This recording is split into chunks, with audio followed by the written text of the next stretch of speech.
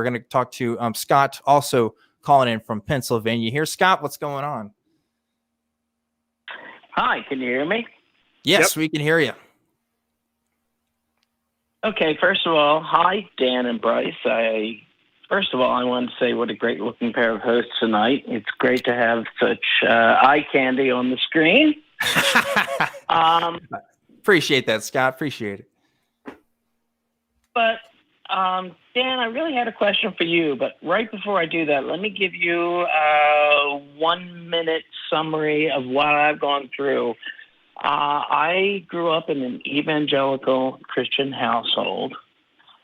When I was 11 years old, I became an atheist, and I was literally expelled from Sunday school because I had the terrible idea to actually ask questions about what was going on.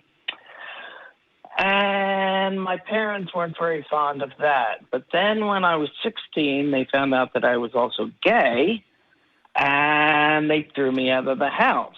And it took them a very long time for them to come around and accept me partially. And what I mean by that is when I was 45, I'm a little older than that now, but I got married legally, and they wouldn't come to my wedding.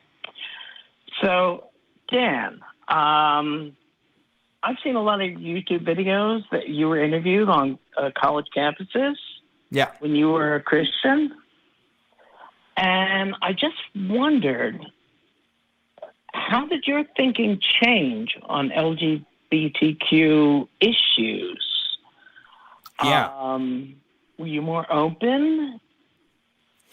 At the time when I had that interview with Anthony, I don't know if I was completely open to it, maybe just like a little bit more, but I still had prejudices, I think. I still thought that there was some probably fundamental differences between someone who may have identified as LGBT plus and myself. And of course, I mean, obviously there's differences, right? Like and as far as, you know, like sexual orientation and gender identity and things like that. But like, yeah, I thought it was something where it wasn't something that I could accept them as like an equal, really. I thought that if you were, we were talking about like practicing the lifestyle, right? That's the phraseology I would have used. If you're practicing the lifestyle of being gay, I had this thought that it wasn't the equivalent of being in a straight relationship, that there was a fundamental problem with that. And I think my deconstruction of that changed, again, when I heard the lives of Christian LGBT people who found ways of making those two identities work, and sometimes complement each other.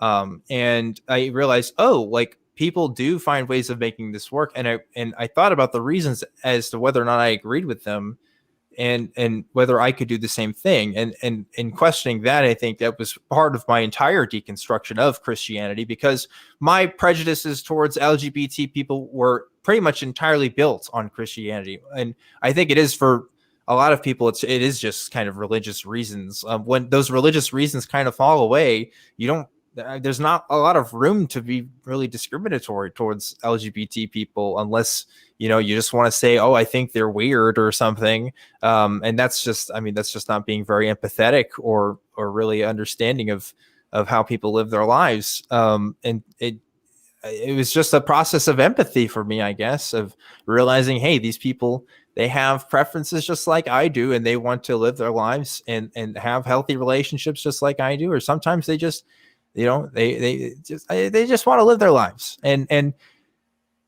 like Christianity doesn't really support that. It says that there's something wrong with that. There says that there's something that needs to be changed about that. And I don't think there is. I don't think you have to change that. I think people can be happy and have all of those identities, and live perfectly normal lives and just, be at peace with themselves and the world. The only thing holding us back from accepting that, I think, is religious ideologies and the prejudices we're then, you know, because I don't see a lot of secular people talking about LGBT people as badly. I mean, it happens. It's just really not that frequent. It's mostly coming from religious people, unfortunately.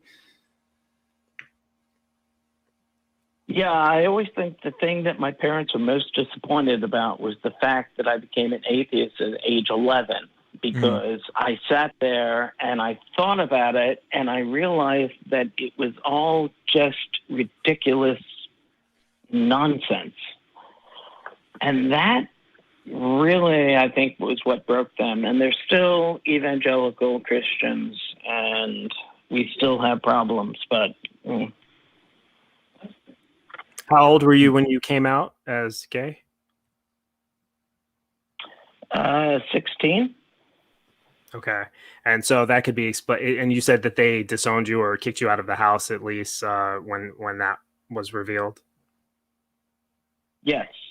So it would seem to me that they had a bigger problem with that, because they didn't kick you out of the house when you turned 16, knowing that you were an atheist. It was you being gay that caused them to kick you out of the house. Right? That seemed to give them a better social excuse to do that. I don't think they could have gotten away with just kicking me out because I was an atheist.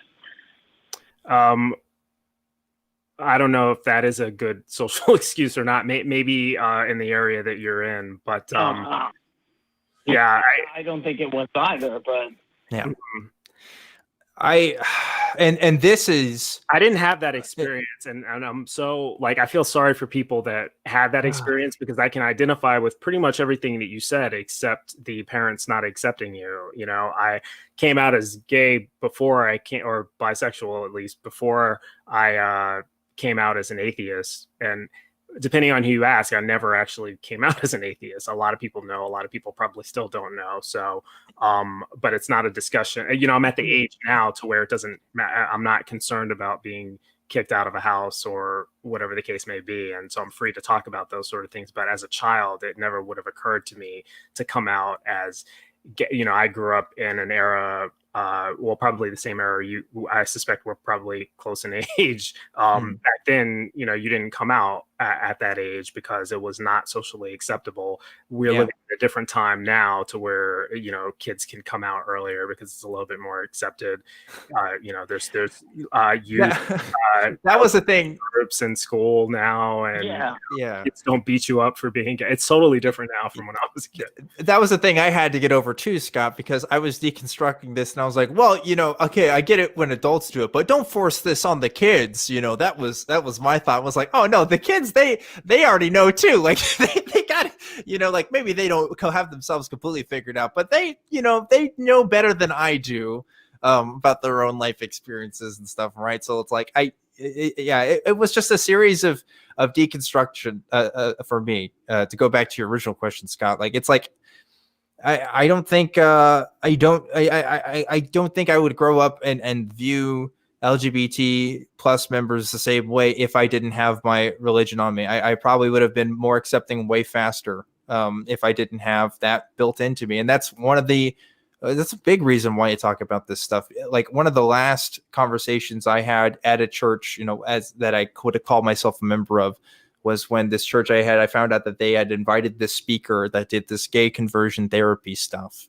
And I was having this really heated conversation with the other Christians there, because I was just getting woke to this idea that, hey, none of this stuff is based on science. We can't even talk about this. And I remember a guy put my hand on my shoulder and he said, like, why don't we just talk about this later? You know? And I realized in that moment, like, we are never going to talk about this if this is how you feel, if you don't want to talk about this now, because you guys were willing to let a guy go on stage and give his entire belief system about how we think that we need to put gay people in conversion therapy. And yet I'm giving my dissenting opinion, and now's not the time for it.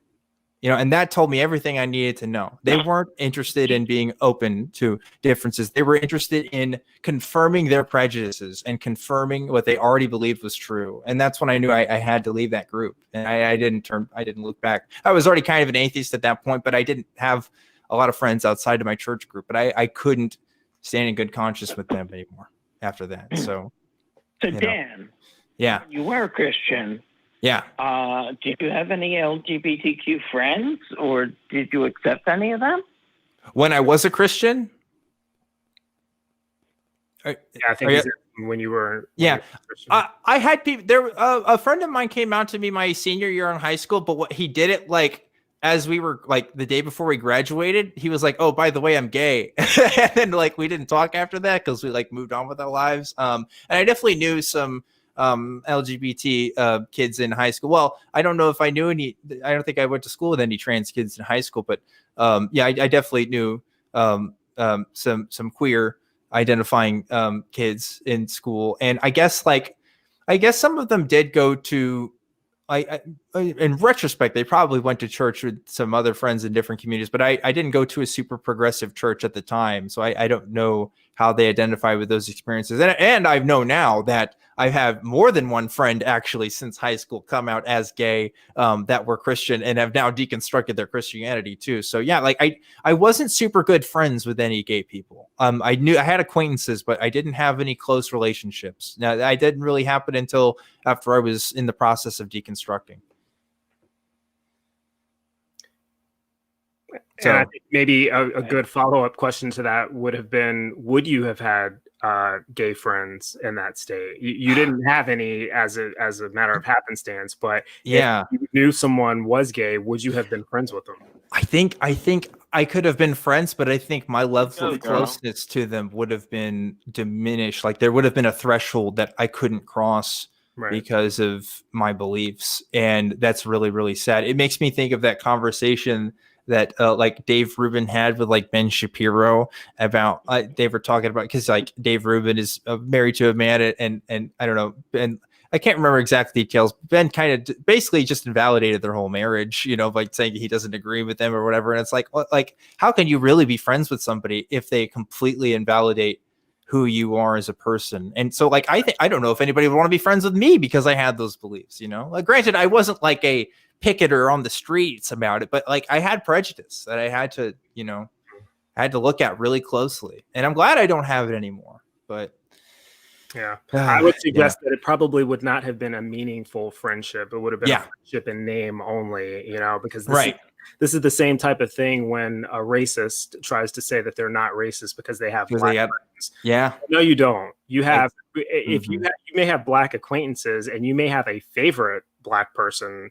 You know, this is assuming that the person is actually a racist, but a lot of times they don't recognize their racism if they have a friend of whatever race they're being accused of being racist against. But, you know, if you're making an exception for this one person and using that as your excuse for not being a racist, that fails because you're just making an exception. He's not like the other ones. And so you're willing to hang around him.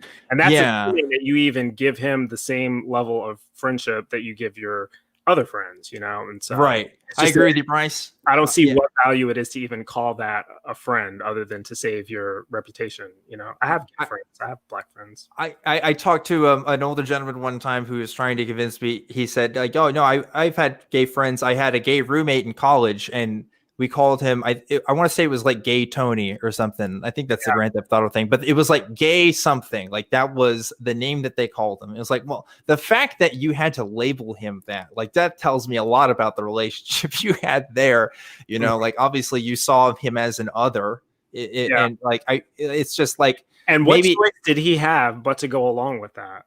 I mean, exactly. In that time, if that was the price that he had to pay to have friends, that people would call him Gay Tony or whatever, well, then that was the price he had to pay, but it was certainly not something that he chose, you know? Yeah, exactly. And it's so frustrating. The people who came out in times where it wasn't as accepting, shout out to you guys, shout outs. Cause like, that I cannot imagine. Yeah.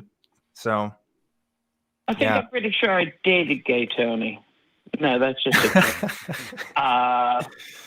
I've played the Ballad of Gay Tony. Yeah, that's what I was thinking of. I'm just amazed, Dan, at how fast your opinions changed, because I have a family who disowned me, threw me out on the street, didn't talk to me for years, and yet you went from a YouTube Christian to a host of Truth Wanted in a relatively short amount of time. And I really appreciate everything you do. I thank you for saying that, Scott. I really think I'm a product of my times, though. I went to a public university starting in 2014. Like I live in a completely different era than what you and what Bryce has had to grow up with. I'm surrounded by more open-minded people, and people who are already doing that activism and who were already talking about it before I ever hit the scene. So I attribute anything that I gain from the people around me. Nothing that I'm saying here is unique or original. I think it's just a cobbling together of what other people have been making the point about for years. I just think more people are. It's easier to be brave about. It's not saying that it's easy to be brave about it, but it's easier to be brave and speak up about these things now than it was 10 years ago, 20 years ago, 30 years ago. And I hope that it comes easier to talk about for other people because it's important.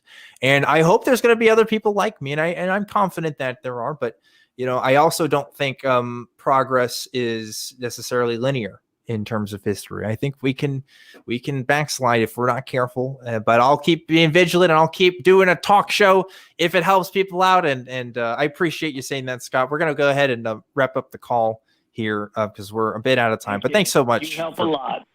Thanks, Dan and Bryce. I appreciate it, Scott. Thank you guys. One thing I would say to him as well, if he watches this back, is consider the generational difference between not only between him and yourself, but between you and his parents, because that's really what the comparison was about. You are 25 years old. I think he said he was over 45. I'm guessing his parents are at least in their 60s.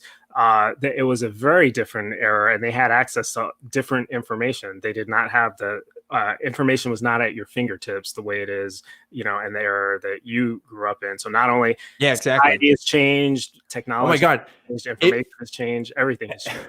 If I didn't have the internet, I might not be here right now. If you didn't have the internet, would you be an atheist right now? I don't know. I don't know if I would, because I didn't know any atheists in real life, really. And like, it was the first time I got exposed to a lot of these talking points were people online. So that plays a huge role too. We'll never know for sure, but it would definitely be a bigger struggle. But yeah, I'm 24, will be 25 in January. And it seems to be a general trend that kids, myself and younger, I don't know if it's appropriate to call myself a kid anymore, but depends on how old you are. Depends on how old I am, I guess. But like, no, it depends on how old we are. Oh yeah, that's true.